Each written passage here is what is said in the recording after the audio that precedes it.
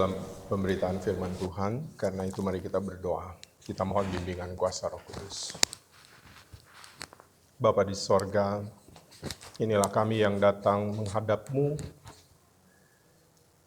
Kami rindu untuk mendengar suara Tuhan yang menyatakan kehendak dan kebenaran Tuhan bagi hidup kami. Karena itu pimpinlah kami dalam kuasa Roh Kudus, sehingga kami mampu untuk memahami dengan baik maksud dan kehendak Tuhan, dan terlebih kami mau melakukan firman-Mu itu dalam kehidupan kami hari lepas hari. Bersabdalah bagi kami ya Tuhan, karena kami semua telah sedia untuk mendengarkan firman-Mu. Di dalam nama Tuhan Yesus, firman yang hidup dan berkuasa, kami berdoa. Amin.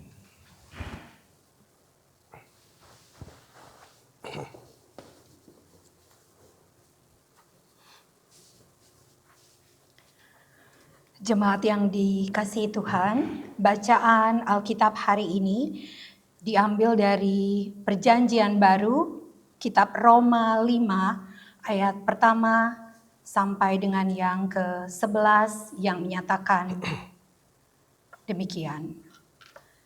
Sebab itu, kita yang dibenarkan karena iman, kita hidup dalam damai sejahtera dengan Allah oleh karena Tuhan kita Yesus Kristus. Oleh Dia, kita juga beroleh jalan masuk oleh iman kepada kasih karunia ini. Di dalam kasih karunia ini, kita berdiri dan kita bermegah dalam pengharapan akan menerima kemuliaan Allah. Dan bukan hanya itu saja, kita malah bermegah juga dalam kesengsaraan kita. Karena kita tahu bahwa kesengsaraan itu menimbulkan ketekunan, dan ketekunan menimbulkan tahan uji, dan tahan uji menimbulkan pengharapan, dan pengharapan tidak mengecewakan, karena kasih Allah telah dicurahkan di dalam hati kita oleh Roh Kudus yang telah dikaruniakan kepada kita. Karena waktu kita masih lemah, Kristus telah mati untuk kita orang-orang durhaka pada waktu yang ditentukan oleh Allah. Sebab tidak mudah seorang mau mati untuk orang yang benar, tetapi mungkin untuk orang yang baik ada orang yang berani mati. Akan tetapi Allah menunjukkan kasih-Nya kepada kita, oleh karena Kristus telah mati untuk kita ketika kita masih berdosa.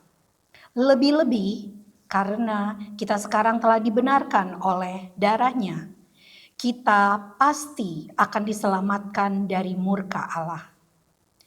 Sebab jikalau kita ketika masih seteru diperdamaikan dengan Allah oleh kematian anaknya, lebih-lebih kita yang sekarang telah diperdamaikan pasti akan diselamatkan oleh hidupnya.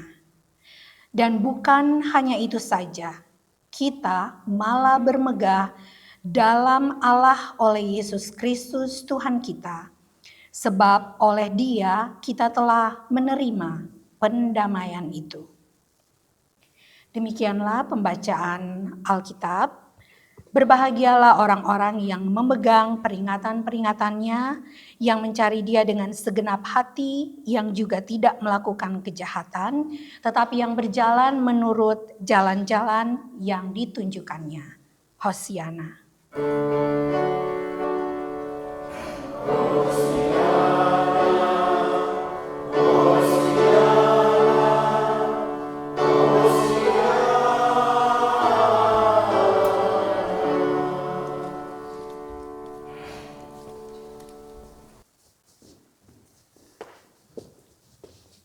Bapak, Ibu, dan saudara-saudara yang dikasihi Tuhan, Shalom. Shalom. Saya mau minta tolong Joshua Mohon ditampilkan ayat yang tadi di ayat yang ke-6. Saya akan memulai menjelaskan saudara dari ayat ini. Di Roma pasal 5 ayat ke-6. Mengatakan demikian. Karena waktu kita masih lemah, Kristus telah mati untuk kita, orang-orang durhaka. Bapak Ibu, kita harus tahu bahwa Alkitab ternyata memberi kategori kita ini adalah orang-orang durhaka. Nah, orang durhaka itu adalah orang yang mengkhianati pihak atau orang lain yang mengasihi, yang menjaga dia dan melindungi dia. Jadi Bapak Ibu, kalau misalnya antara teman terjadi konflik perselisihan, itu bukan durhaka. Itu cekcok. Gitu ya. Kita harus tahu itu. Tetapi kalau misalnya ada anak yang kurang ajar kepada ibunya, ada anak yang tidak hormat dan mengkhianati orang tuanya, itu baru namanya durhaka. Kita kenal sebagai orang Indonesia, ada cerita, legenda tentang anak durhaka yang bernama Maling Kundang. Malin Kundang dari daerah Om Deri, dari daerah Minang cerita itu. Gitu ya. Malin Kundang. Gitu ya. Cerita Malin Kundang ini adalah cerita anak yang durhaka. Kisah anak yang sangat disayangi oleh ibunya. Kisah anak yang dibesarkan dengan penuh kasih sayang oleh ibunya. Ia selalu dilindungi oleh ibunya, tetapi setelah dia sukses, dia pergi merantau dan sukses, lalu ketika dia kembali dia menyangkal ketika dia melihat ibunya, itu bukan ibu saya. Maka itulah namanya anak durhaka. Dan apa yang terjadi dengan Malin Kundang? Akhirnya ia dikutuk oleh ibunya menjadi batu. Nah, kalau menurut Alkitab kita ini orang durhaka. Mengapa? Karena Allah yang menciptakan kita, Allah yang mengasihi kita, Allah yang memelihara kita, Allah yang begitu baik bagi hidup kita, tapi seringkali yang kita lakukan adalah kita menyakiti hati Allah. Tapi saya yakin kita semua bersyukur bahwa Allah yang kita sembah tidak seperti mamanya Malin Kundang. Karena kalau kita disebut orang durhaka dan Allah kita seperti mamanya Malin Kundang, maka kita yang duduk di sini adalah batu. Bapak Ibu batu, saya juga batu. Tapi puji Tuhan, Allah itu baik. Sehingga dikatakan, waktu kita masih lemah, Kristus telah mati bagi kita orang-orang durhaka pada waktu yang ditentukan Allah. Jadi Alkitab bilang, waktu kita masih lemah, ketika kita masih berdosa, Kristus sudah mati menghapus kutuk dosa itu. Nah Bapak Ibu, kalau kita membaca teks ini, mungkin muncul pertanyaan kritis dalam hidup kita, dalam benak kita. Ini juga menjadi satu permasalahan teologis. Mengatakan begini, bagaimana mungkin Yesus yang sudah mati 2000 tahun yang lalu itu, kemudian bisa menghapus dosa kita yang hidup sekarang ini di tahun 2025? Bagaimana bisa? Waktu Yesus mati dan bangkit itu, apakah kita sudah berdosa? Belum. Boro-boro lahir. Opak dari kita opak dari kita opak dari kita opak pun belum hidup di situ. Iya enggak? Opungnya Michael punya opung pun belum hidup waktu itu. Tapi dikatakan Kristus sudah mati bagi kita. Apa maksudnya? Karena bagi banyak orang ini enggak rasional. Dilakukan sudah lebih dari 2000 tahun lalu sekarang masih menghapus dosa. Nah, kita perlu memahami ini dengan baik. Dan kita perlu memahami dulu yang pertama tentang konsep dosa. Khususnya dalam kekristenan, itu beda. Mengapa? Bapak Ibu dengar baik ini ya. Mencuri, berbohong, membunuh, berzinah, dan sebagainya, itu bukan dosa. Oh, Bapak Ibu langsung, Pak Pendeta sesat. No. Tunggu dulu, belum selesai. Itu bukan dosa. Tetapi itu adalah manifestasi dari dosa.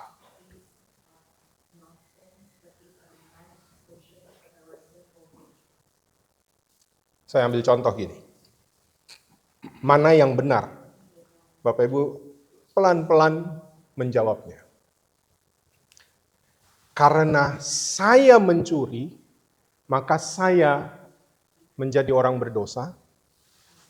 Atau karena saya orang berdosa, maka saya bisa mencuri. Jangan bingung Bapak Ibu. Saya ulangi ya. Karena saya mencuri, maka saya orang berdosa. Atau karena saya orang berdosa, maka saya bisa mencuri. Karena saya mencuri. Karena saya orang berdosa, no it's okay, jawab deh Gaby. Karena saya orang berdosa, maka itu saya bisa mencuri. Gampangnya gini Bapak Ibu. Masih bingung ya, masih sebagian mengkerutkan dahinya. Begini, harimau atau singa, ketika dia menerkam seekor rusa, maka dia dibilang binatang buas. Atau karena singa itu binatang buas, maka dia akan menerkam rusa. Mana yang benar? Karena dia binatang buas, maka dia ketemu rusa, dia gemes dia. Bisa ngerti ya? Aduh, kalau nggak ngerti saya bingung lagi. Ngerti. Ya, ngerti. Oke? Jadi, walaupun kita yang duduk di sini sekarang tidak sedang mencuri, apakah kita orang berdosa? Ya. Definitely yes. We are sinner.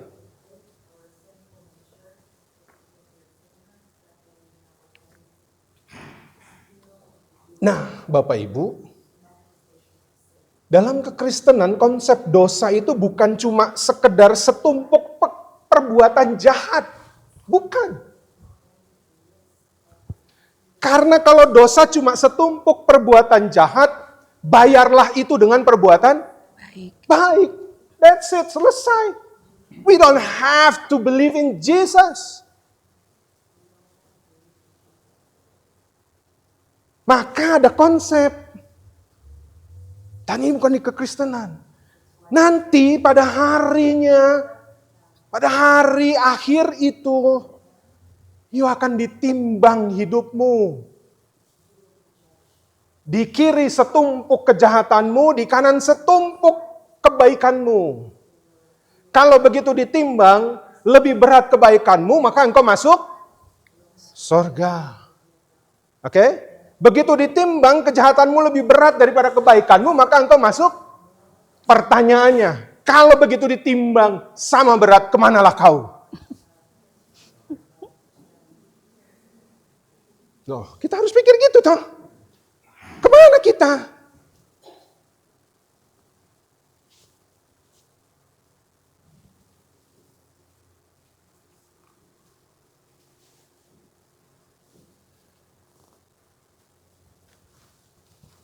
Maka saya mau katakan, bagi kita anak kecil pun adalah orang berdosa. Saya orang Timor karena nenek moyang saya orang Timor. Betul. Kita orang berdosa karena dari sananya, dari kisah pertamanya, Adam dan Hawa berdosa. Saya nggak bisa bilang begini. Ketika Yeli duduk di sini, di antara perkumpulan orang Indonesia, dan kemudian Yeli bisa berbahasa Indonesia, maka Yeli keturunan Indonesia. Terima nggak? No, kata Yeli. No, I'm a Filipino, kata Yeli. Why? Karena nenek moyangnya Filipino. Ngerti? Yeah. Gak bisa kita bilang begitu. Nah, kalau dosa hanya setumpuk perbuatan jahat, tinggal melakukan yang baik, maka kita bisa selamat.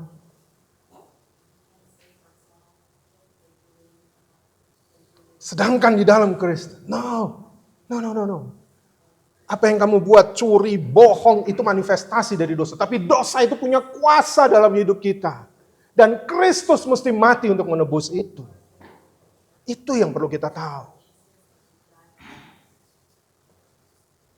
Dosa itu bukan sekedar perbuatan jahatnya, tapi status kita manusia itu berdosa di hadapan Allah.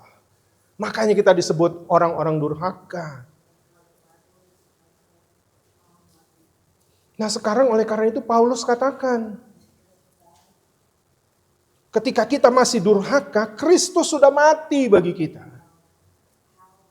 Karena walaupun kita belum lahir, tapi ketika kita lahir, kita juga tetap orang berdosa.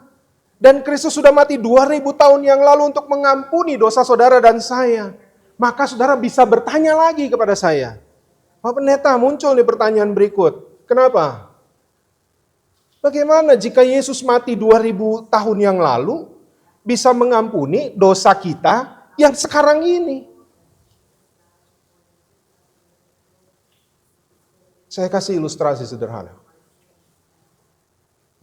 Bapak Ibu, sejarah mengatakan Perang Dunia Pertama, bahwa di sana banyak sekali tentara yang mati karena penyakit infeksi.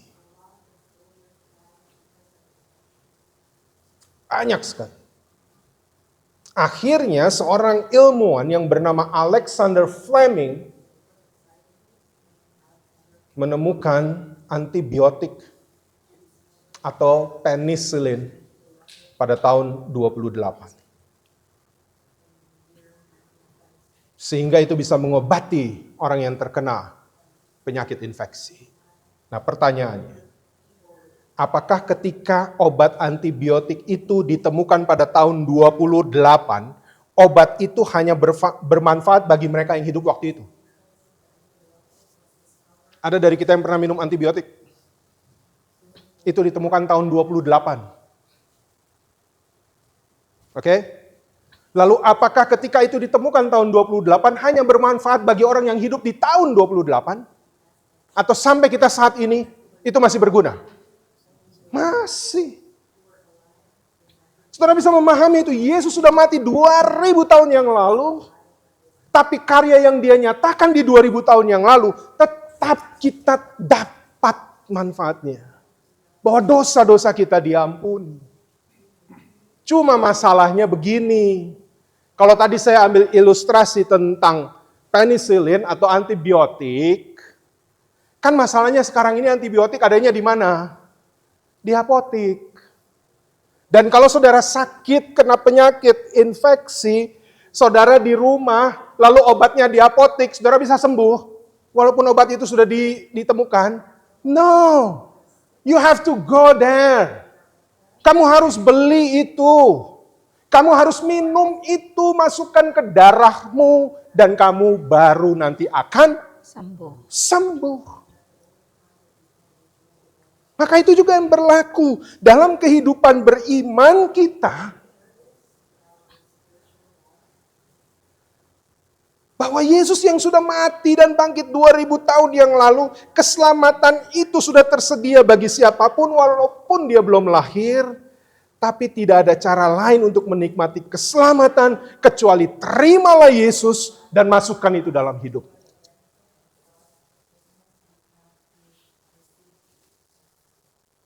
Do I make any sense in you? Ya. Itulah mengapa ada lagu. Yuk kita nyanyi dikit. Biar saya napas dulu. Sedikit. Into my heart, coming to my heart, Lord Jesus. Into my heart, into my heart, come into my heart, Lord Jesus. Come in today, come in to stay. Come in to stay. Come into my heart, Lord Jesus. That's the only way kamu bisa menikmati keselamatan. You get it right now? Saudara ngerti sekarang? Dia bilang ini masih durhaka. Kita masih durhaka. Yesus sudah mati buat kita. Tapi ada sesuatu yang harus kita lakukan.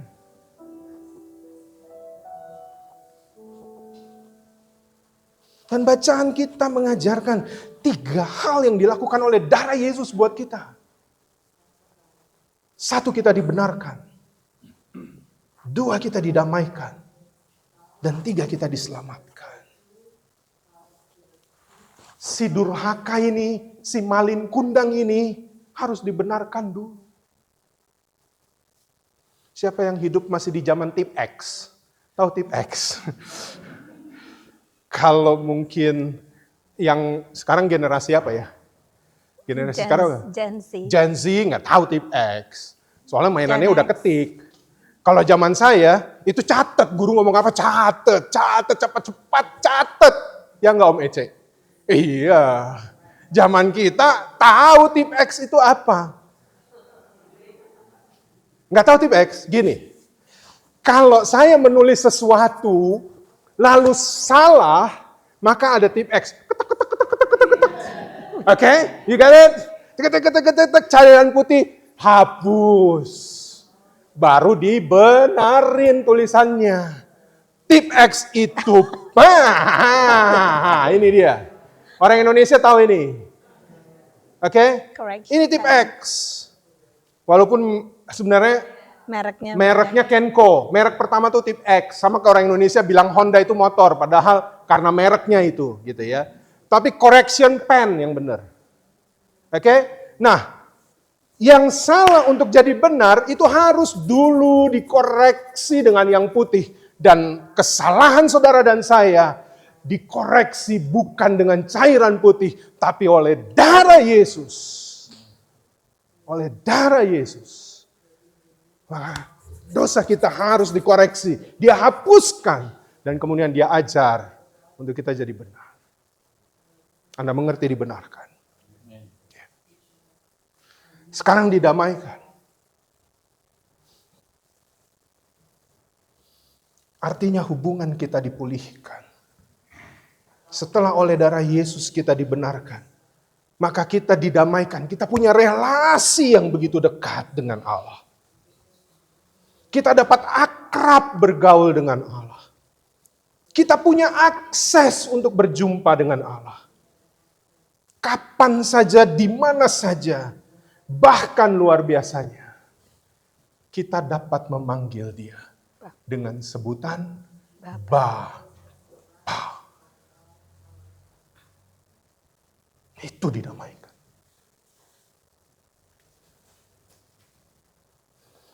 Ini tanda bahwa kita sungguh didamaikan dengan Allah. Setelah kita didamaikan, kita diselamatkan. Darah Yesus, ulang-ulang saya bilang, membayar lunas semua hutang dosa yang tidak akan pernah bisa kita bayar dengan apapun. Bahkan dengan perbuatan baikmu sekalipun.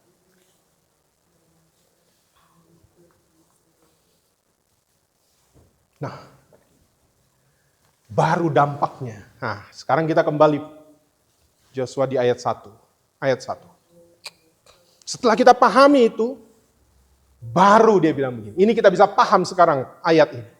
Sebab itu, karena Yesus sudah berkarya bagi kita, kita yang dibenarkan dalam iman itu kita punya pemahaman sekarang. Bukan saja dibenarkan, tapi saya didamaikan dan saya diselamatkan.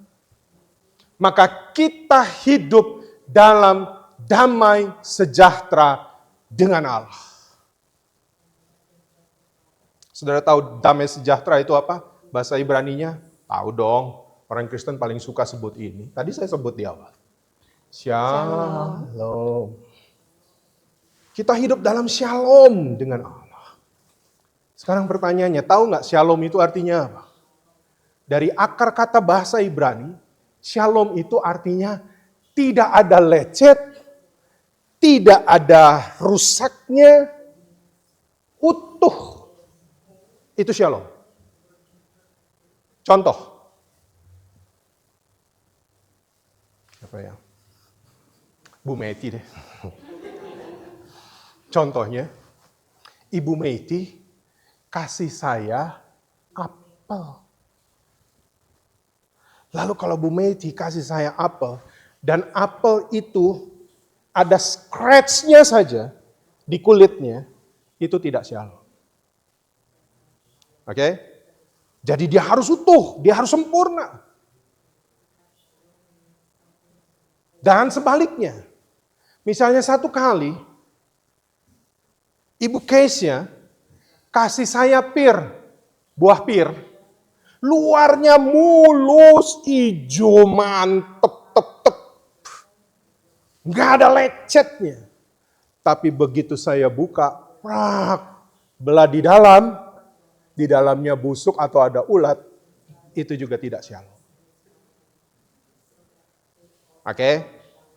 Itulah mengapa kata shalom cuma satu kata dalam bahasa Ibrani, tapi begitu diterjemahkan ke Indonesia harus diartikan dengan dua kata. Damai, sejahtera. Karena damai berbicara tentang sesuatu yang di dalam batin. Dan sejahtera itu bicara soal sesuatu yang di luar. Jasmani.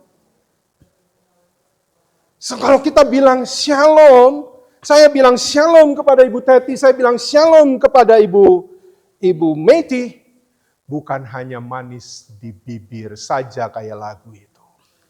Di luarnya manis senyum. Tapi begitu Bu Teti atau Bu Meti lagi jalan, apa itu namanya? Tasengka, mau jatuh, saya bilang, napa ngana. Itu di luarnya doang shalom, di dalamnya, dan itu bukan shalom. Anda ngerti arti shalom sekarang?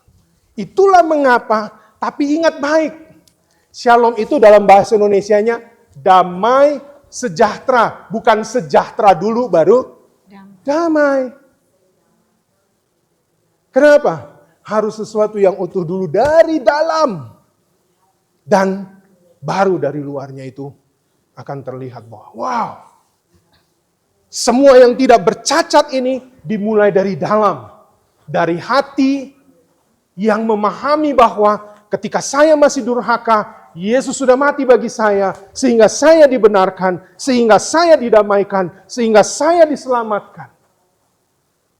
Dan setelah dari dalam saudara punya itu, maka lanjut di ayat 3. Kita bisa masuk dalam poin ini. Kita bermegah dibilang. Ya, tapi bukan itu saja. Kita malah bermegah dalam kesengsaraan. Saudara harus tahu konsep yang tadi dulu. Baru saudara bisa lakukan ini. Dan kalau kita sengsara, kita nggak akan bersungut-sungut. Tahu sungut-sungut? Nah, itu sungut-sungut. Tapi dalam kesengsaraan, Mungkin dalam peristiwa yang menakutkan kita, kita malah bermegah. Kenapa? Because I know what Jesus did for me 2,000 years ago. That He gave His life to make me safe.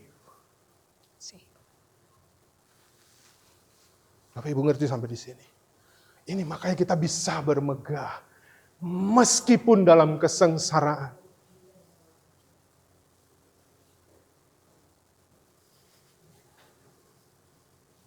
Jika kita sudah memahami dalam iman bahwa karya Tuhan Yesus begitu agung di kayu salib, maka batin kita akan damai. Sesuatu yang dari luar menyerang membuat kita sengsara, saya tidak akan kehilangan damai sejahtera. Itulah mengapa Amsal mengajar kita hati yang gembira. Apa berikutnya? Adalah obat. Adalah obat. Dan itu bukan satu-satunya. Ada lagi ayat lain. Nanti cari di Amsal 15. Hati yang gembira membuat muka berseri-seri. Dari dalam. Baru itu keluar.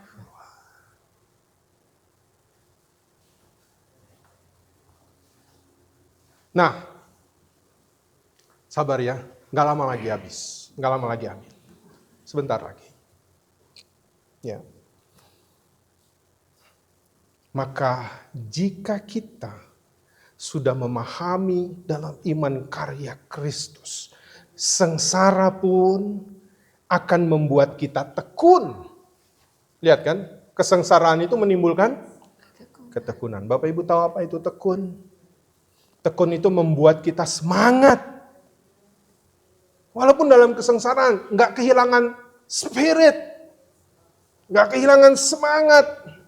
Kita memusatkan segenap pikiran kita, perasaan kita pada kasih Allah.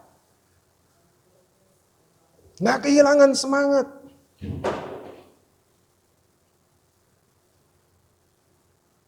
Sehingga ketika kita udah lewat, kita tekun.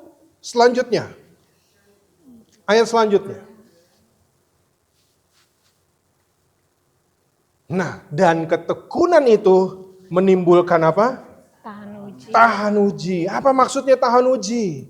Menghasilkan pertumbuhan rohani, menghasilkan kedewasaan rohani yang menunjukkan kualitas dari karakter kita. Itu yang namanya tahan uji. Dan akhirnya tahan uji menimbulkan apa? Pengharapan. Kenapa kita dari kesengsaraan kita bisa tekun, bisa tahan uji, bisa menimbulkan pengharapan? Karena dalam iman kita tahu bahwa ada Tuhan yang berjanji pada kita. Sekarang pertanyaannya gini. Jika Pak Oscar berjanji pada saya, Pak Pendeta, minggu depan, ini contoh Pak, jangan kasih taruh di hati. Minggu depan, kita mau bikin babi rica buat Pak Pendeta. Jangan taruh di hati Pak. Mar kalau ada boleh aja. Tapi gini, kalau Pak Oscar berjanji bahwa Pak Pendeta, minggu depan kita kasih babi rica.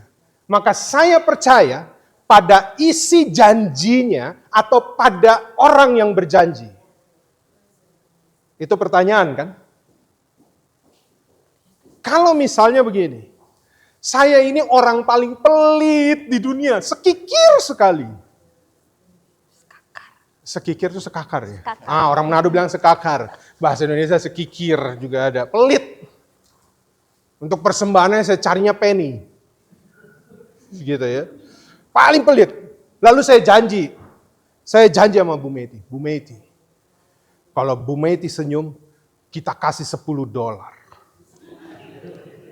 Tapi Bu Meti tahu, waktu saya kasih masuk persembahan, penny ini. Percaya nggak? Ibu percaya nggak akan isi janji saya?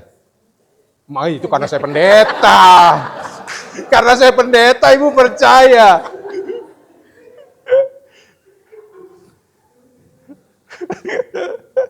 Karena pakai jubah lagi, jadi percaya aja. Kalau nggak percaya berdosa, nyanda. Sekarang kita tanya, Alma, do you believe in me? No.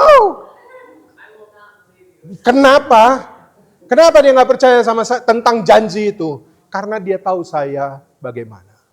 Jadi kita percaya pada janji bukan karena isi janjinya, tapi kepada siapa yang berjanji. Dan Yesus yang berjanji buat saudara. Dia sudah mati 2000 tahun yang lalu untuk saudara dan saya. Dan kamu tidak percaya kepadanya. Apapun dia kasih buat saudara sama saya. Darahnya tertumpah, dia biarkan. Dia bagai domba yang keluh.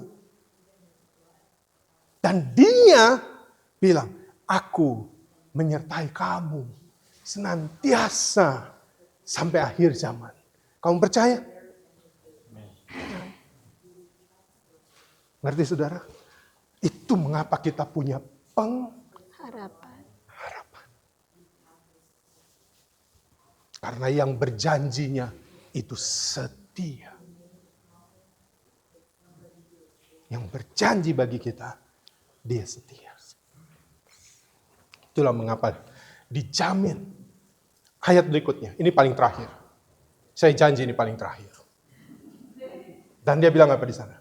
Dan pengharapan tidak mengecewakan. Kenapa? Karena kasih Allah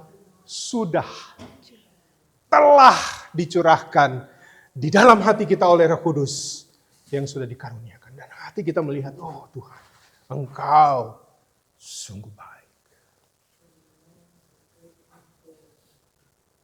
Karena kita tahu, kita semua tahu, bahwa bahkan ketika kita masih berdosa, ketika kita adalah maling kundang, kita durhaka, tapi Kristus sudah lebih dulu menunjukkan kasih-Nya bagi saudara dan saya. Amin.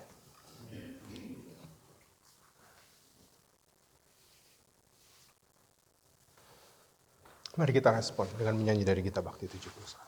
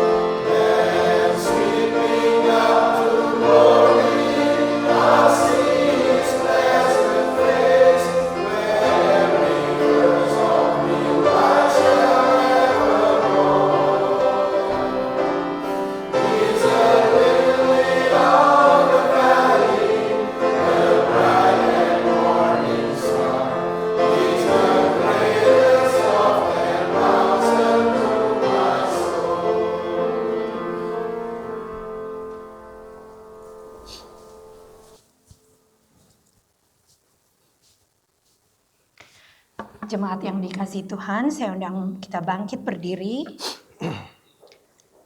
Bersama umat di segala masa dan tempat, kita ikrarkan pengakuan iman kita menurut pengakuan iman rasuli, sambil hati dan mulut kita masing-masing berkata, Aku percaya kepada Allah, Bapa yang Maha Kuasa, Khalik langit dan bumi, dan kepada Yesus Kristus, anaknya yang tunggal Tuhan kita, yang dikandung daripada Roh Kudus, lahir dari anak darah Maria, yang menderita sengsara di bawah pemerintahan Pontius Pilatus, disalibkan, mati dan dikuburkan, turun ke dalam kerajaan maut, pada hari yang ketiga bangkit pula dari antara orang mati, naik ke sorga, duduk di sebelah kanan Allah, Bapa yang Maha Kuasa.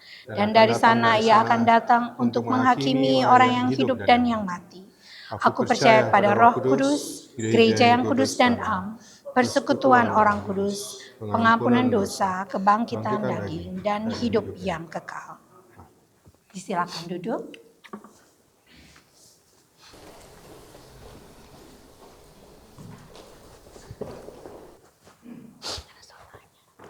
Bapak Ibu, mari kita berdoa. Kami bersyukur untuk firman yang sudah Tuhan nyatakan bagi kami. Kami percaya bahwa kuasa Roh Kudus-Mu bekerja. Firman itu akan menjadi benih yang berakar, bertumbuh, dan berbuah dalam hidup kami untuk kemuliaan Tuhan. Maka kami menyerahkan seluruh keberadaan hidup kami ke dalam tangan kasih-Mu. Kami sudah memahami apa yang sudah Tuhan buat bagi kami. Dan oleh karena itu dalam keadaan apapun yang kami hadapi, kesengsaraan sekalipun, kami tetap akan bermegah, bukan menyombongkan diri kami. Tetapi kami berbangga karena kami sangat dikasihi Tuhan yang sudah memberi hidup mati di kayu salib untuk menebus dan menyelamatkan kami. Terima kasih Tuhan. Maka kami berdoa pada saat ini, Tuhan berkati saudara-saudara kami, mereka yang sudah berjalan bersama dengan Tuhan, tapi menemukan berbagai persoalan terkhusus dalam kesehatan. Kami mohon Tuhan menjamah mereka, Tuhan memberikan kekuatan kepada mereka. Dan terlebih damai sejahtera-Mu tetap melimpah walaupun dalam kesengsaraan rasa sakit yang harus mereka hadapi. Kami berdoa bagi Bapak Buceta Halele, bagi Bapak Roli Sakul, bagi Ibu Pinkan Roti, bagi Bapak Richard Monteverde, bagi Ibu Basio Engelen, bagi Ibu Alma Utoyo, bagi Bapak Pendeta Tony Thanos, bagi Bapak Roy Jones, Ibu Sylvia England, Ibu Emi Paruntu, bagi Ibu Teli Tandayu, Ibu Lili Huai, dan juga Ibu Nora Angku. Kami mohon, biarlah Tuhan menjamah mereka, dan kami percayakan kuasa-Mu yang akan memulihkan dan juga menyembuhkan mereka. Kami juga berdoa bagi mereka yang bersuka cita, karena Tuhan boleh menganugerahkan segala perkara yang baik dalam hidup mereka, khususnya pertambahan usia, baik usia kelahiran maupun pernikahan mereka. Kami berdoa bagi Bapak Dantes Simbolon, Tuhan memberkati untuk pertambahan usia yang boleh dialaminya, berkati ia bersama keluarga. Demikian juga bagi Ibu Kesia Sinaga, yang Tuhan juga tambahkan usianya hari kemarin. Tuhan berkati ia dalam hidupnya, masa depannya bersama dengan suami terkasih Alex. Biarlah rancangan Tuhan yang terbaik boleh jadi bagi hidup mereka. Kami juga berdoa bagi Bapak Bernard Lapian yang pada hari ini berulang tahun. Walaupun tidak bersama dengan kami berada di Indonesia, Tuhan juga sertai dan berkati ia. Dalam kehidupannya, pertambahan usia yang dia alami, itu akan membuat dia selalu melihat bagaimana kebaikan dan rahmat Tuhan menyertai kehidupannya bersama keluarga. Kami juga berdoa bagi keluarga Monteverde Roti yang boleh menikmati pertambahan usia pernikahan mereka. Terima kasih untuk penyertaan dan pemeliharaan Tuhan. Tuhan berkati Ibu Pinkan dan Bapak Rick dalam kehidupan mereka. Dalam pergumulan mereka, Tuhan turut campur tangan, mendatangkan kebaikan bagi mereka. Terlebih kami juga mendoakan dalam kehamilan yang sedang dialami oleh Ella, anak terkasih mereka. Biarlah ada dalam penyertaan perlindungan Tuhan dalam masa kehamilannya sampai kepada persalinannya nanti. Bapa di sorga, kami berdoa juga bagi jemaat-Mu yang dalam pergumulan pribadi, pergumulan keluarga, dalam pekerjaan, atau apapun yang mereka gumuli. Hamba berdoa, biarlah mereka kuat di dalam nama Tuhan Yesus. Mereka boleh melihat karya Tuhan yang mulia dan agung. Itu membuat mereka tidak kehilangan semangat, tapi mereka menjadi tahan uji. Mereka bertekun dan tetap memiliki pengharapan di dalam Tuhan. Berkati bangsa Amerika, berkati bangsa Indonesia. Para pemimpinnya Tuhan beri hikmat sehingga boleh melakukan dan mengambil keputusan yang terbaik bagi seluruh rakyat yang ada.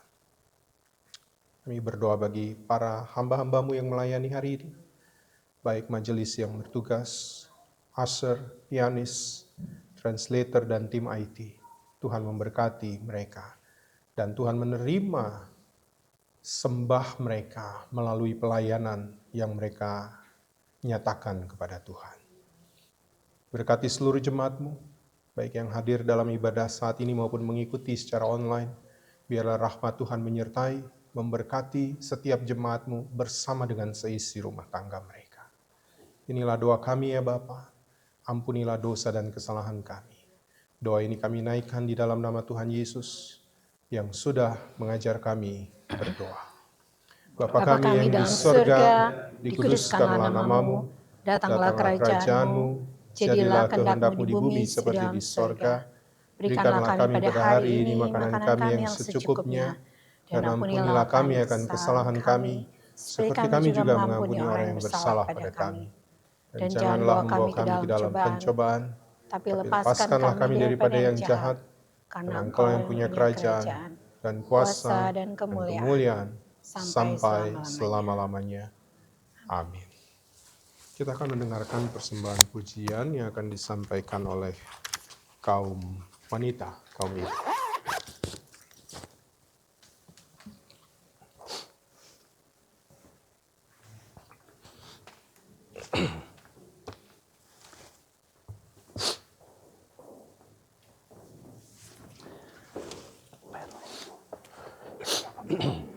Dia Akpol.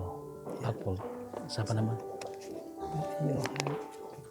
Yohan Sinaga. Pak Yohan Sinaga. Apa kolonel?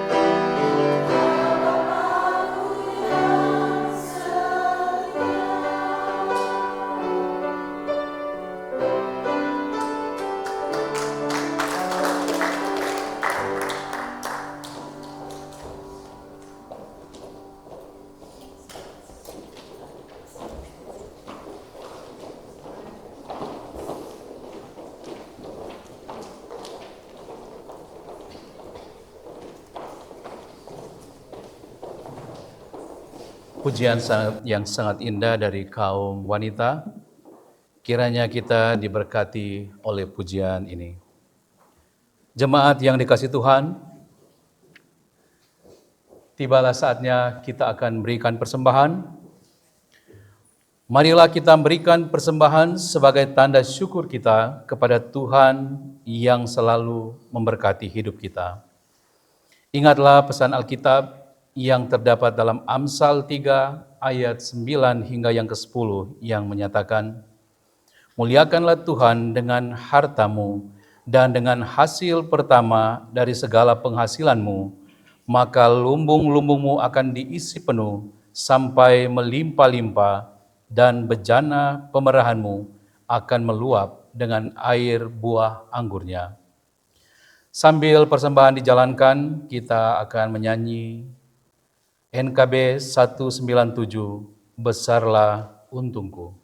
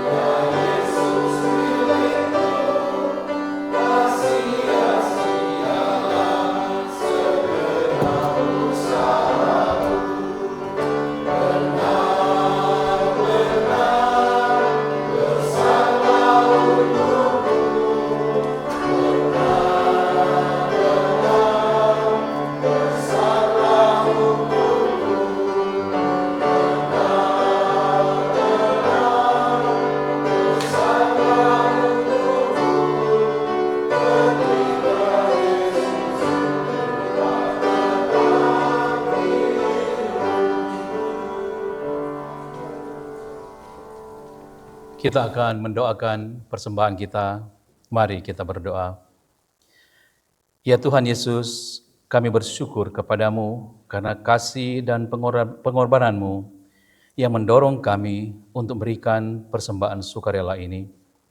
Kami sadar bahwa persembahan kami ini tidak sebanding dengan kurban tubuh dan darah-Mu yang Engkau persembahkan bagi kami dan dunia ini.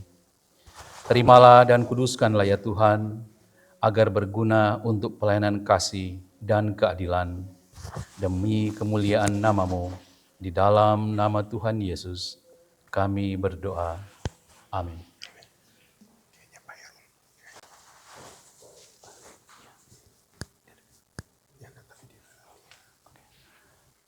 Pak Erol mau mempersembahkan pujian.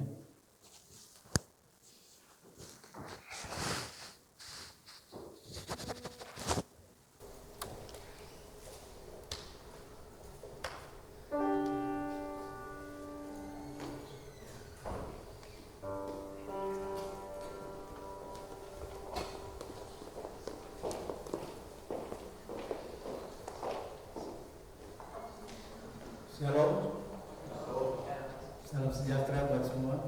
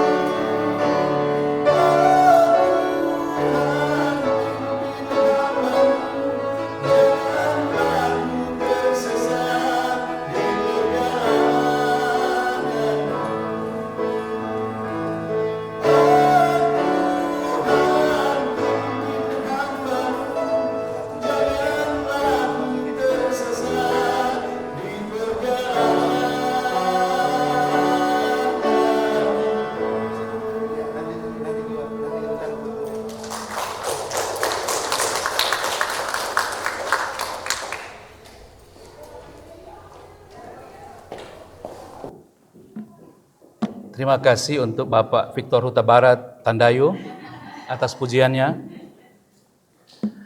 Kita masuk dalam warta jemaat. Majelis dan Jemaat Gereja Kasih Anugerah mengucapkan banyak-banyak terima kasih kepada Bapak Pendeta Samuel KH yang telah melayani ibadah Minggu sore ini. Tuhan Yesus kiranya memberkati Bapak Pendeta Samuel bersama keluarga. Terima kasih. Juga kepada pianis kita sore ini, Ibu Natalia Angkusu, yang juga telah melayani kita. Tuhan Yesus memberkati bersama keluarga. Juga buat Saudari Yeli yang menjadi translator kita sore ini, terima kasih, Tuhan Yesus memberkati. Juga tim IT yang juga melayani ibadah sore ini, Bapak Joshua Simbolon, Joshua Kaha dan Ruben Tandayu, terima kasih, Tuhan memberkati. Juga aser kita pada minggu sore ini, Bapak Chandra Manurung, terima kasih atas pelayanannya, Tuhan Yesus juga memberkati. Selanjutnya majelis dan jemaat mengucapkan selamat datang kepada Bapak Ibu jemaat yang baru pertama kali datang untuk beribadah bersama kita pada minggu sore ini. Kami lihat ada Bapak dan Ibu yang sore ini bersama-sama dengan kita dalam beribadah. Kami mohon kalau bisa ke depan sini untuk memperkenalkan diri, biar kita sama-sama mengetahuinya. Kami persilakan, boleh ke sini ke depan.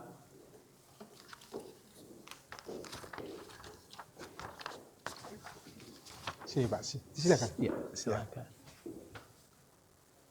Ini Bapak, silakan. Shalom.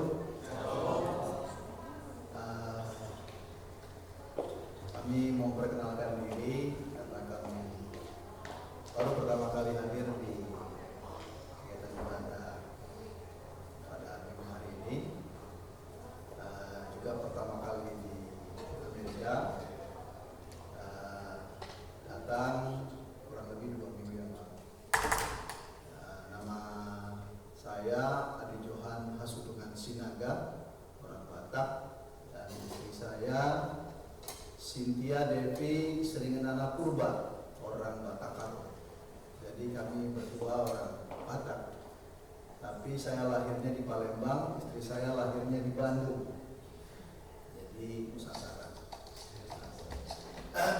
Kami bekerja di KBRI Indonesia Embassy sebagai polisi atase polisi, menggantikan Pak Octavianus Martin yang sudah pulang seminggu yang lalu. Anak kami 3 sudah besar, kuliah, SMA dan SMP. Rencananya nanti yang SMP setelah lulus ujian dia akan datang ke sini, sementara yang SMA dan kuliah mungkin akan tetap lanjut di Indonesia. Tapi suatu saat nanti liburan dia akan datang ke sini.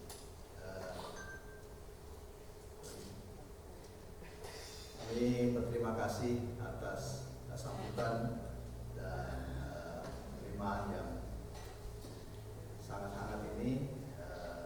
Terus ingin bakti dan melayani Tuhan, kami juga ingin berbakti kepada Tuhan. Terima kasih. Shalom.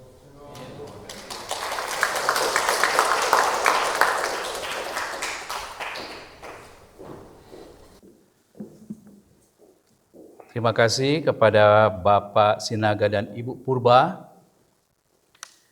Dulu 15 tahun yang lalu mungkin kira-kira kita juga mempunyai atase kepolisian Pak Desmond Sinaga, Brigjen Polisi, yang juga sempat jadi anggota kita dan anak mereka ketinggalan di sini karena menikah dengan anggota kita. Jadi ada Ibu Kesia Sinaga, dulu datang di sini dan tinggal di sini. Jadi kita ada juga keluarga Sinaga yang kedua, mudah-mudahan juga bisa bergabung dengan kita di sini. Terima kasih sekali lagi, selamat datang, Tuhan selalu memberkati Bapak dan Ibu sekeluarga. Selanjutnya, majelis dan jemaat mengucapkan selamat hari ulang tahun kepada Bapak Dantes Simbolon, kepada Ibu Kesia Lapian Sinaga, juga kepada Bapak Beni Lapian yang merayakan ulang tahun sepanjang minggu ini, juga hari ulang tahun perkawinan keluarga Monteverde Roti. Doa kami semua kiranya Tuhan selalu memberkati. Bible study pada minggu ini akan dilaksanakan pada hari Rabu tanggal 19 Maret pukul 19 melalui aplikasi Zoom. Dan apabila ada anggota jemaat yang membutuhkan pelayanan, doa, kunjungan atau konseling, harap menghubungi majelis jemaat atau pendeta. Sebelum kita datang pada pengutusan, kami mengundang diaken direksi. Dia akan bersaksi, memberikan kesaksian pengalaman imannya bersama Tuhan, bagaimana dia berjalan sungguh-sungguh bersama Tuhan, dan pengalaman iman ini akan dia saksikan. Semoga lewat pelayan kesaksian iman dari Diaken Reksi, kita semua boleh diberkati. Dan selesai kesaksian dari Diaken Reksi, kita akan masuk pada pengutusan. Demikianlah warta jemaat, terima kasih atas perhatian, Tuhan Yesus memberkati. Kami persilakan Diaken Reksi.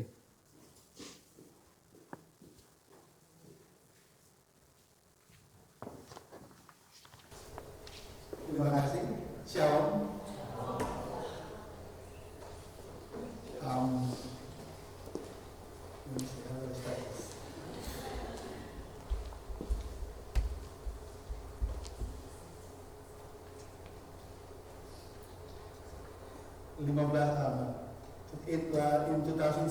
2016 kami mendapatkan kabar bahwa istri saya kena cancer dan dia itu operasi diangkat kandungannya. Makanya kalau Bapak Ibu lihat, mungkin lihat, oh kami nggak punya anak gara-gara kandungannya cancernya diangkat.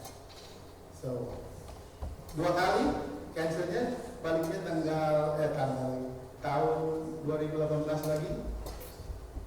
Jadi kalau mungkin Bapak Ibu tahu, cancer is bad, cancer is bad. Dan fast forward 2 minggu lalu dia masuk rumah sakit perut gitu. Terus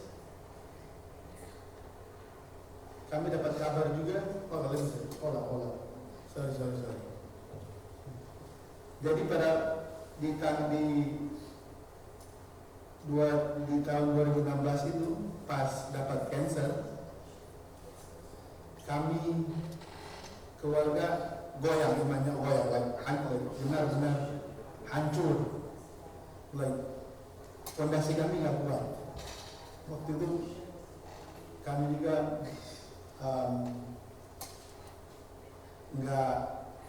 we didn't know how to cope with it.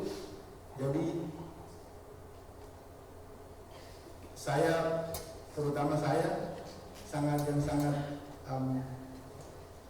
pengen punya dua hati. Pas dengar berita itu, saya merasa sangat terpukul gitu ya. Dan ada how to cope, jadi saya larinya bawanya ke obat, drugs. Drugs itu namanya crystal meth. Itu crystal meth kalau di Indonesia, what is it? Sabu, putau apa sabu? Sabu. Kayaknya ada pengalaman di belakang sini. Jadi Hati-hati. sabu. Ada Pak Polisi. Ada Pak Polisi, hati-hati. Jadi crystal meth, sabu itu dia cuman ada high sama low. Kalau high, high. Tapi kalau low. Dia nggak ada yang middle ground. There's no middle ground. Jadi pada waktu itu pas saya pakai sabu, tiap hari saya merasa bahwa saya lebih masuk dalam bawah lembah, kayak lembah kekelaman. I've been there. Lembah kekelaman itu it's not good. Sampai maybe 6 months, saya memutuskan, pertama saya kayak berdoa ke Tuhan, Tuhan saya sudah nggak mau lagi hidup kayak gini, please tolong saya nggak mau lagi. Tapi nggak ada jawaban, sehingga saya memutuskan untuk take my own life, mau bunuh diri. itu tahun 2017. Saya pernah masuk TV, kalau Bapak Ibu pernah tahu, pernah lihat missing person, muka saya, bunuh diri itu. Dan hari itu pas saya udah memutuskan, saya waktu itu masih kerja buat Uber, saya lagi drive Uber. Dan saya waktu itu dari Dallas Airport ngedropnya di Arlington, Roslyn, di daerah Roslyn. Jadi pas saya drop, kalau pikiran saya udah nggak clear, udah like cloudy. Kalau pakai kayak obat gitu udah cloud, you don't see straight. Jadi saya memutuskan, oke, hari ini saya bakalan bunuh diri. On the way dan abis ngedrop orang itu, saya suka nongkrong di DCA Airport, Reagan Airport. Itu suka lihat pesawat landing sama take off gitu-gitu. Jadi saya bilang, oke, that's one of my favorite spot. I'm gonna end my life in there. Lagi jalan, bayangin Bapak Ibu, jaraknya dari Roslyn ke DCA itu nggak jauh. Mungkin berapa mile, 4 mile atau 5 mile, less than that. On the way there, saya telepon istri saya. Saya udah lupa juga ngomongnya apa. Udah berantem terus. Terus Tante Lia telepon juga. I don't know if you still remember Tante Lia. Saya cuma bilang ke Tante Lia, I wanna go home. Kalau orang Manado bilang I wanna go home, that's it, like dead. Tiba-tiba pas habis tutup telepon, ada lagu di radio itu 91.9 mutar lagunya dari Matthew West. Itu judulnya Strong Enough. Mungkin kalau Bapak Ibu bisa cek nanti. Itu saya merasa bahwa kena itu, dan kayak lagunya itu nulisnya buat saya. Kata-kata itu sama, apa yang saya rasakan itu sama persis yang di kata-kata itu. Jadi pas sampai di Reagan Airport saya masih dengar sampai lagunya habis. Tiba-tiba saya tertidur, bangun-bangun lapar. Soalnya kalau pakai sabu, saya nggak makan 3 hari, 4 hari, 5 hari, nggak tidur juga 5 hari kayak zombie. Pas bangun lapar, makan ke rumah makan yang di Arlington yang kebab itu, ketemu Pak Errol sebenarnya, Pak Errol sama Pak Desmond. Om Agung. Itu tahun 2017 ketemu. Ditanya, kenapa, mau kemana? Bilang beli makan. Oke, pas saya beli makan, saya pulang, saya nggak tahu kalau istri saya sama Tante Lia udah telepon polisi buat lapor bahwa saya missing. Jadi makanya saya masuk berita. Pas saya sampai di rumah, saya tidur kami waktu itu tinggal di apartemen, tapi apartemen kami ada garasi. Jadi tidurnya di depan garasi. Bangun-bangun, ada suara yang kencang ketok jendela, polisi. 2 polisi, sheriff. Dan saya di borgol masuk mobil polisi, duduk di belakang mobil polisi. Ketika saya lagi jalan mau ke mobil polisi, saya lihat Alma lagi liatin di pintu. Tapi saya itu marah banget. Itu kayak that's like evil. Itu kayak evil memang udah di dalam hati saya. Sorry, wifi. Terus habis dibawa ke polisi, saya nggak dibawa ke polisi, dibawa ke rumah sakit. Gara-gara mereka bilang itu mental health.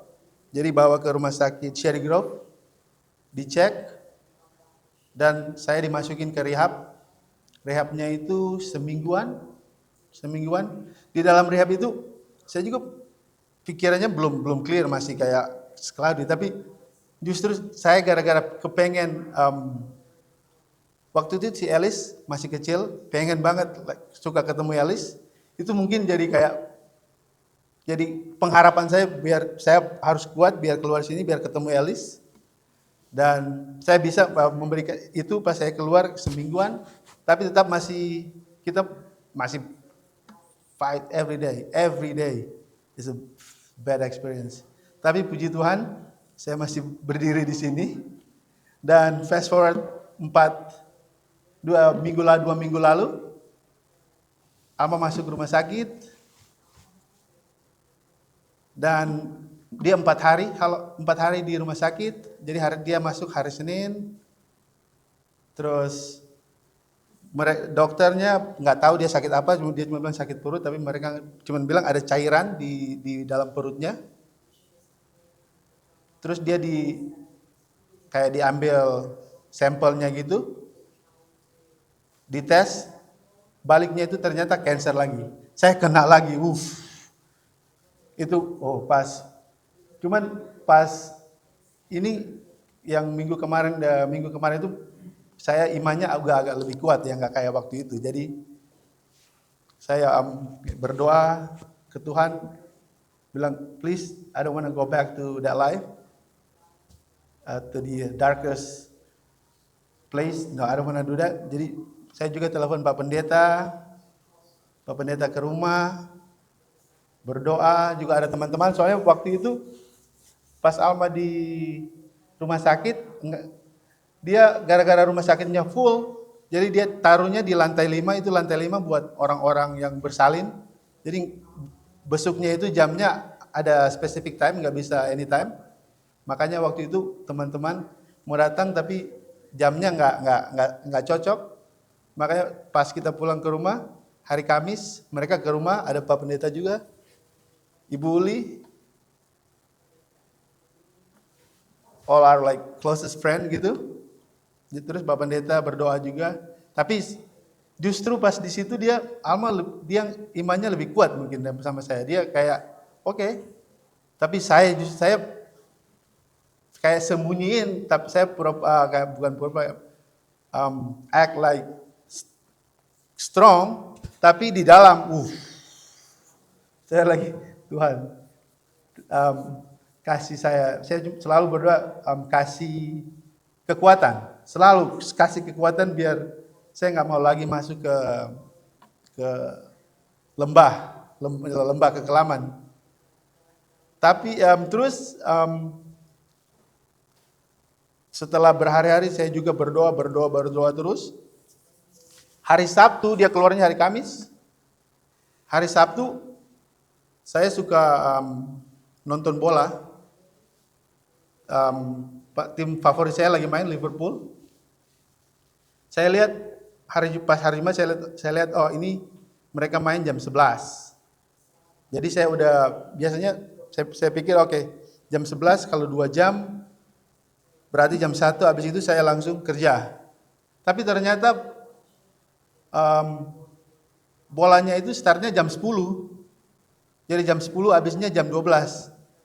Pas habisnya jam 12 saya pikir soalnya udah planning tadi keluar jam 1 lewat gitu. Saya tunggu aja nanti pas. Tapi jam 1-an baru jalan.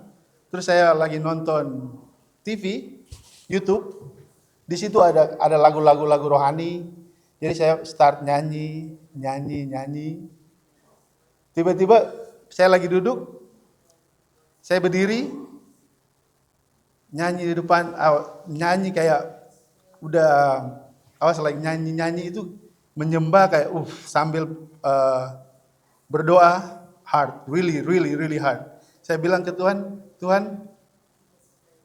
hidup saya ini saya mau persembahkan buat Tuhan. So take me anywhere you wanna go.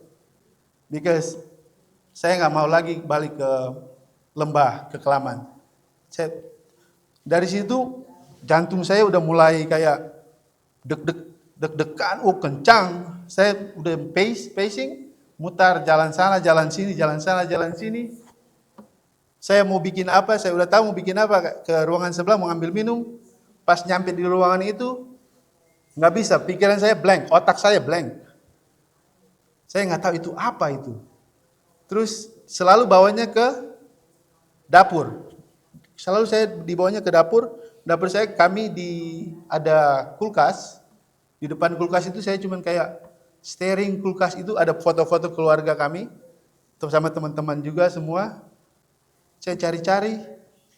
Saya di situ kayak, di sini itu apa ini? Ya, pikirannya udah blank. Di situ saya melihat, saya lupa ini. Yang hari Rabu sebelum ada ibadah hari Rabu Abu ya. Hari Rabu Abu itu terus Bapak Pendeta bilang kalau lagi kayak bingung-bingung gitu, mau cari ayat Alkitab, berdoa aja, berdoa. Habis itu buka Alkitab.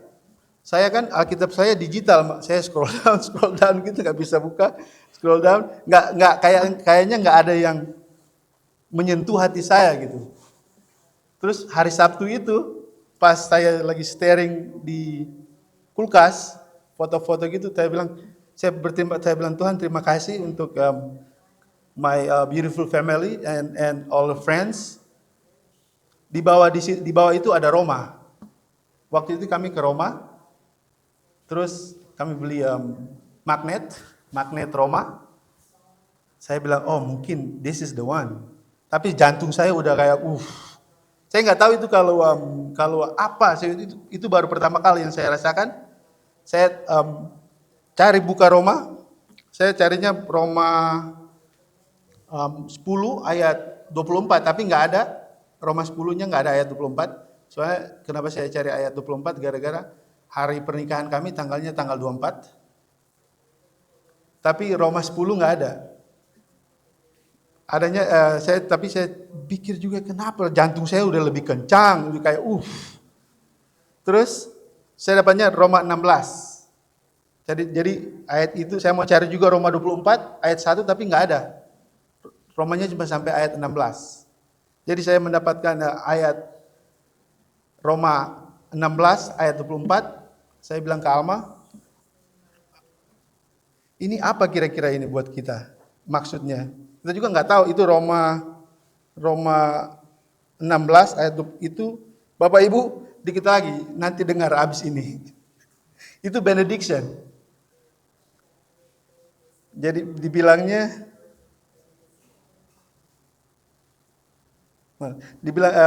Roma 16 ayat 24 berkata kasih karunia Yesus Kristus Tuhan kita menyertai kamu sekalian. Ini tiap minggu Pak Pendeta ngomong di gereja, tapi buat situasi yang sekarang kami alami itu apa kira-kira Tuhan yang berkata.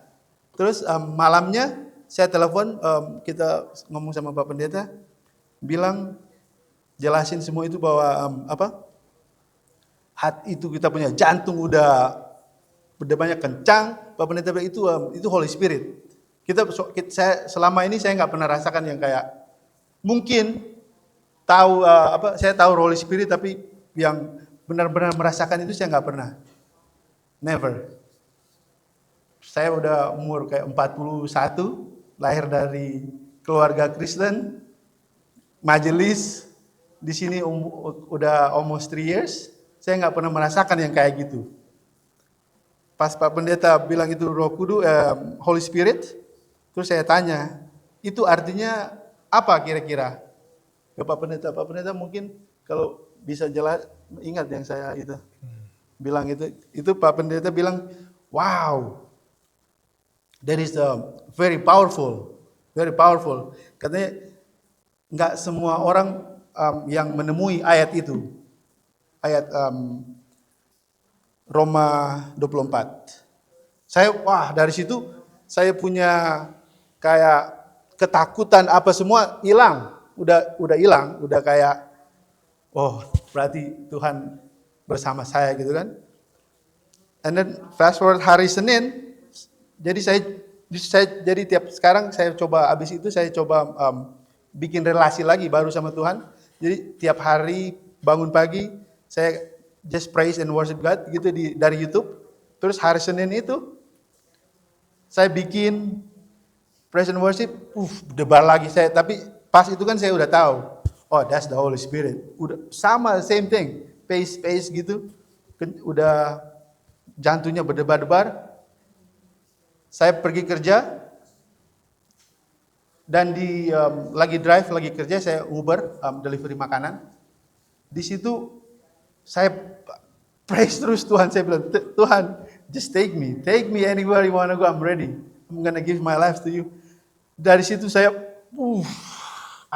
saya juga nggak bisa jelasin. Dia punya feeling saya itu. Saya telepon Pak Pendeta, itu, masih ingat Pak Pendeta? Itu saya rasanya itu amazing. Saya kayak gimana? Saya merasa kayak Tuhan. Saya merasa berjalan bersama Tuhan. Nggak tahu kalau Bapak Ibu pernah merasakan kayak gitu, tapi itu saya bilang ke Bapak Pendeta, ini mungkin kalau kita lari 20 mile, 30 mile bolak-balik itu nggak ada capeknya. Saya tenaganya itu sangat luar biasa. Kayak terus udah nggak ada, kayak fokus saya itu yang di dunia ini udah secondary. Jadi apapun yang mau terjadi di diri saya udah nggak peduli. Jadi saya udah fokus ke Tuhan. Udah kayak saya waktu itu saya juga dapat panggilan, order dari Apple. Tadi Pak Pendeta ngomong Apple Store. Jadi Apple Store di Montgomery Mall, kalau jalan dari parkiran Nordstorm itu agak jauh dikit.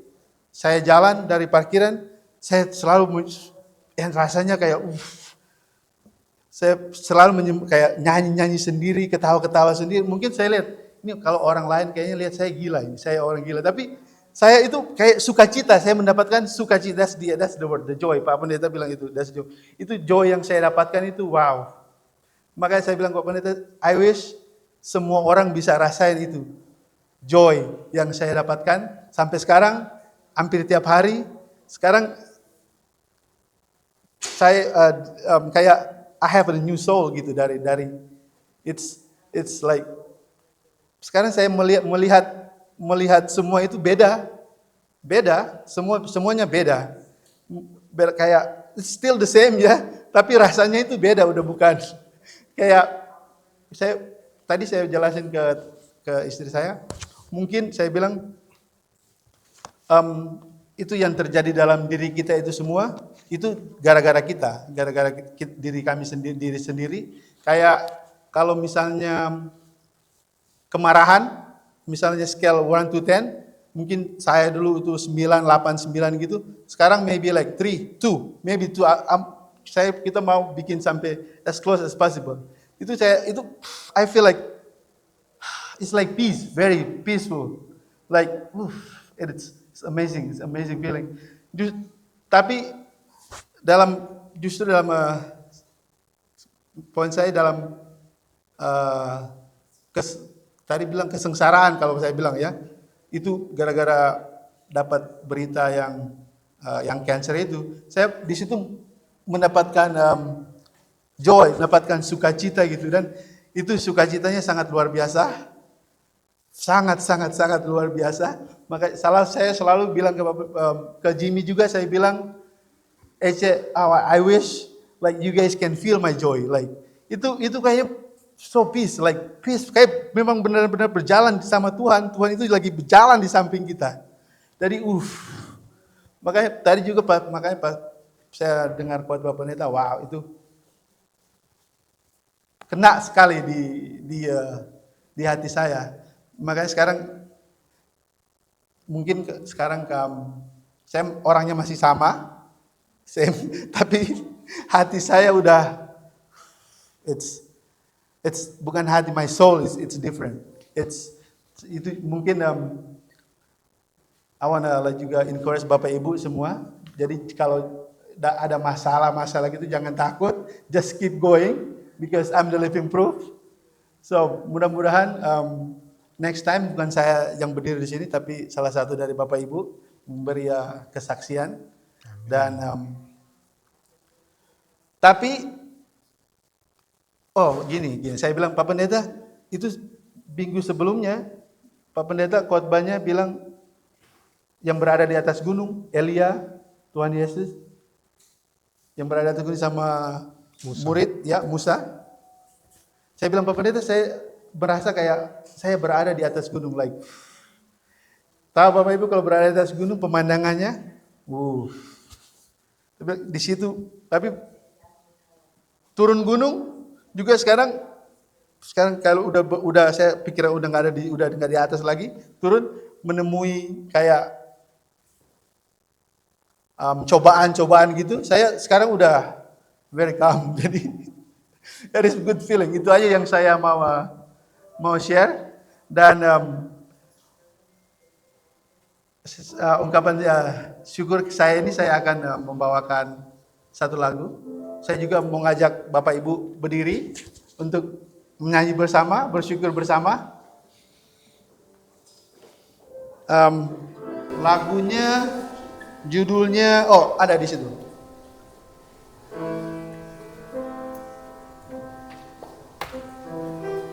Sorry agak lama dikit, masih lebih lama tapi ada yang udah lihat.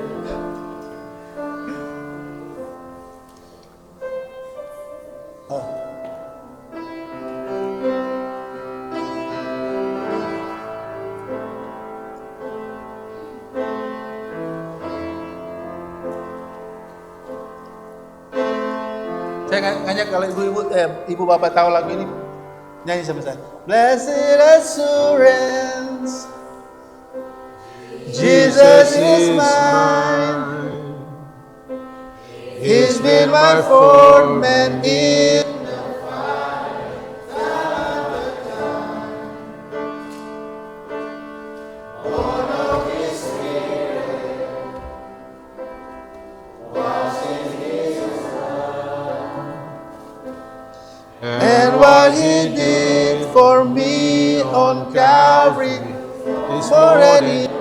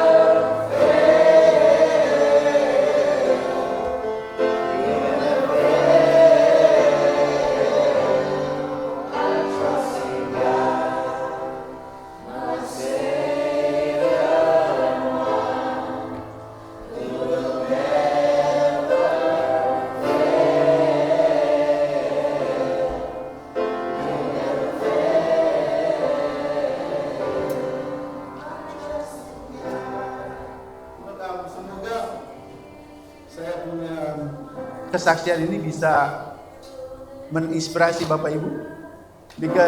Karena dalam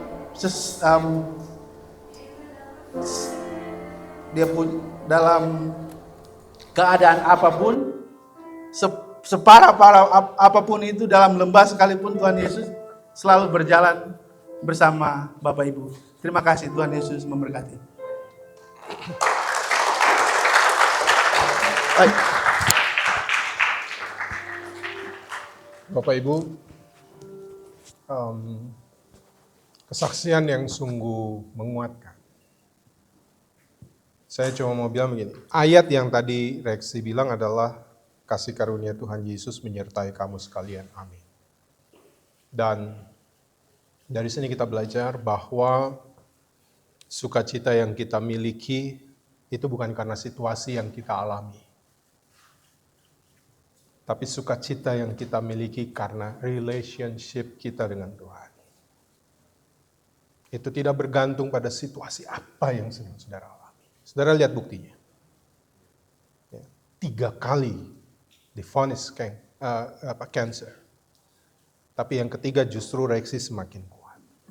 Dalam kesengsaraan, itu akan membuat kita tekun, membuat kita tahan uji, dan kita tidak akan pernah kehilangan pengharapan. Karena Tuhan yang berjanji, be still that I am with you. Maka dengan keyakinan ini, kita akan kembali dan kita akan melakukan firman Tuhan yang sudah kita dengar bersama. Dan biarlah damai sejahtera Tuhan, sukacita dari Tuhan, itu akan selalu melimpah dalam kehidupan kita. Kita menyanyi bersama sebelum menerima berkat Tuhan. Berpeganglah pada janji Tuhan.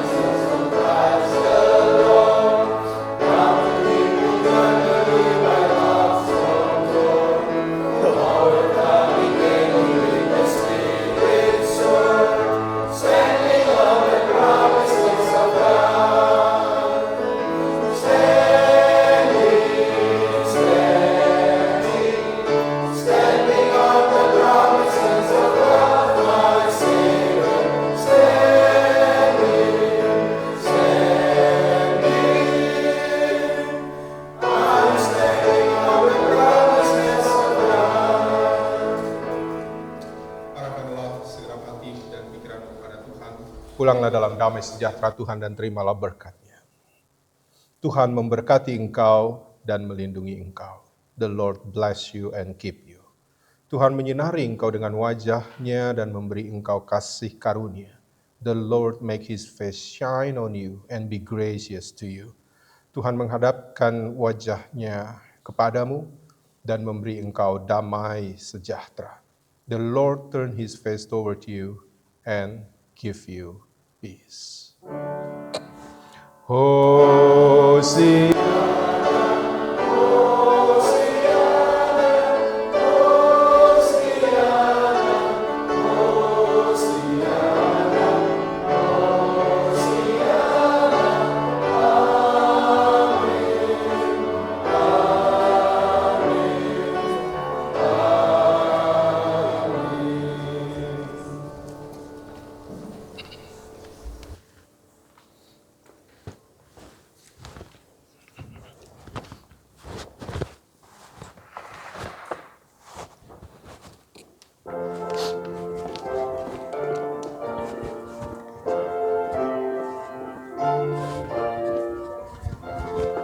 Thank you, Astari, Ruben, Joshua, and Joshua.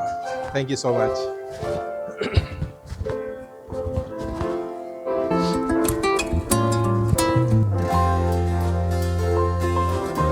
Selamat hari Minggu, selamat berkati.